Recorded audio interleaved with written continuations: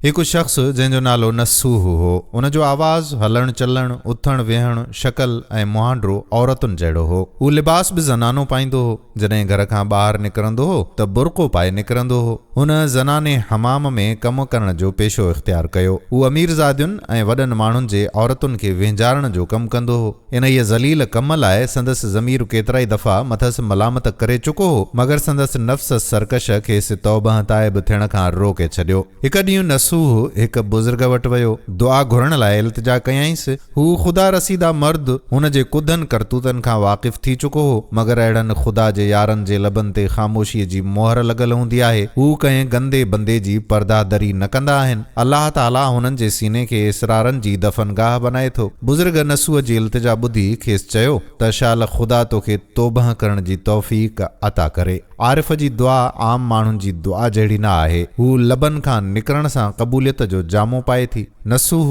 उतां उथी जॾहिं हमाम आयो त बादशाह जी न्याणी वेंझण आई। ख़ुदा जी कुदरत, उन्हीअ जो हिकु क़ीमती मोती गुम थी वियो जो मामूली तलाश बाद न थे लधो। आख़िर फ़ैसिलो थियो त हमाम में जेकी बि औरतूं आहिनि, उन्हनि जी जान जा कपिड़ा लाहे तलाशी वरिती वञे। हीअ हालत ॾिसी नसूह जूं ॿ बि वयूं त 6 बि वयूं। चहिरो ज़र्द थी वियुसि, बदन सर्द थी वियुसि। सम्झी रहियो हो त इजो थो पर्दो फाश थिए, सिर थो धड़ खां धार थिए। हू चवण लॻो त या अल्लाह, जेतिरो मां गुनहगार आहियां ओतिरो ॿियो को बि न आहे। काश मुंहिंजी माउ मूंखे न ॼणे हा, मूंखे को बघियड़ या शींहुं खाई वञे हा त मुंहिंजी जिंद अहिड़ा अज़ाब न सहे हा जहिड़ा हाणे सहणा पवंदमि। या अल्लाह, जो मूं बदकार खां पुॻो थिए सो कयमि। हाणे तूं उहो कर जेको तुंहिंजी सतारीअ जे शायाने शान हुजे। मां बारहा तौबह कई आहे, मगर साबित न रहियुसि। हिन दफ़े मूंखे हिन ज़िल्लत ऐं ख्वारीअ खां बचाए। आइंदह तौबह थो करियां त अहिड़ो कुदो कमु न कंदुसि। हू इन ई आहोज़ारीअ में हो त आवाज़ आयो त अए नसूह,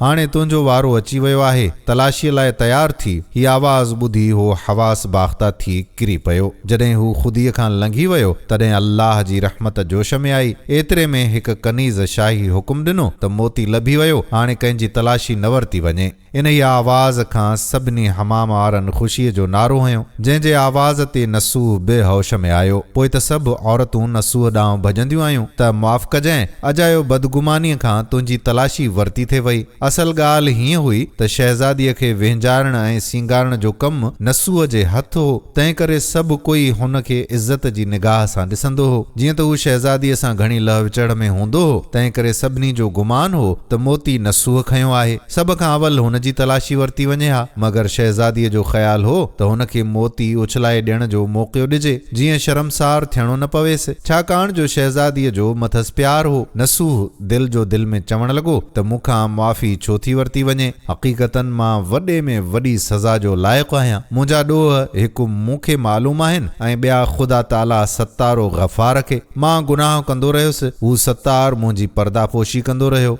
हाणे मूंखे सची तौबह जी ताक़त ॾिनी अथसि। हाणे मां जेतिरे क़दुरु मौला साईं जो शुक्र अदा करियां उहो थोरो आहे। जेकॾहिं मुंहिंजो हिकु हिकु वार ज़ुबान बणिजी वञे त बि संदसि शुक्र अदा करे न सघिबो। मतिलब त नसूह बा इज़त हमाम खे छॾे घर पहुतो। उन खां पोइ शहज़ादीअ कनीज़ मोकिलियसि त अची मूंखे वेंजार। नसूह कनीज़ खे चयो त वञी शहज़ादीअ खे चवे त मुंहिंजो हथु बेकार थी पियो आहे ऐं बीमार थी पियो आहियां। हाणे इहा ख़िदमत कंहिं ॿिए जे सुपर्द कई वञे। दिलि में चवण लॻो त ख़ुदा ख़ुदा करे मस मौत जे मुंहं खां छुटो आहियां। मूं हाणे दिलो जान सां तौबह कई आहे, बसि मुंहिंजी जान वञे त वञे, मगर तौबह न टोड़ींदुसि। आख़िर हू तोड़ ताईं तौबह ते क़ाइमु रहियो ऐं कॾहिं बि हमाम ॾांहुं न वियो। दोस्तो, इन्हीअ जे करे नसूह जी तौबह वॾी मशहूर आहे। अल्लाह खां दुआ आहे त अल्लाह पाक असांखे बि वक़्त सिर तौबह करण जी तौफ़ीक़ अता फ़रमाए। आमीन। वीडियो पसंदि आई हुजे त पंहिंजे दोस्तनि यारनि सां शेयर ज़रूरु कजो ऐं उन्हनि खे कमेंट्स में मेंशन बि करे छॾिजो। ईंदड़ वीडियो ताईं पंहिंजो ख़्यालु रखिजो ऐं पंहिंजे मेज़बान क़ादिर बख़्श कल्होड़े खे ॾियो इजाज़त। अल्लाह वाही।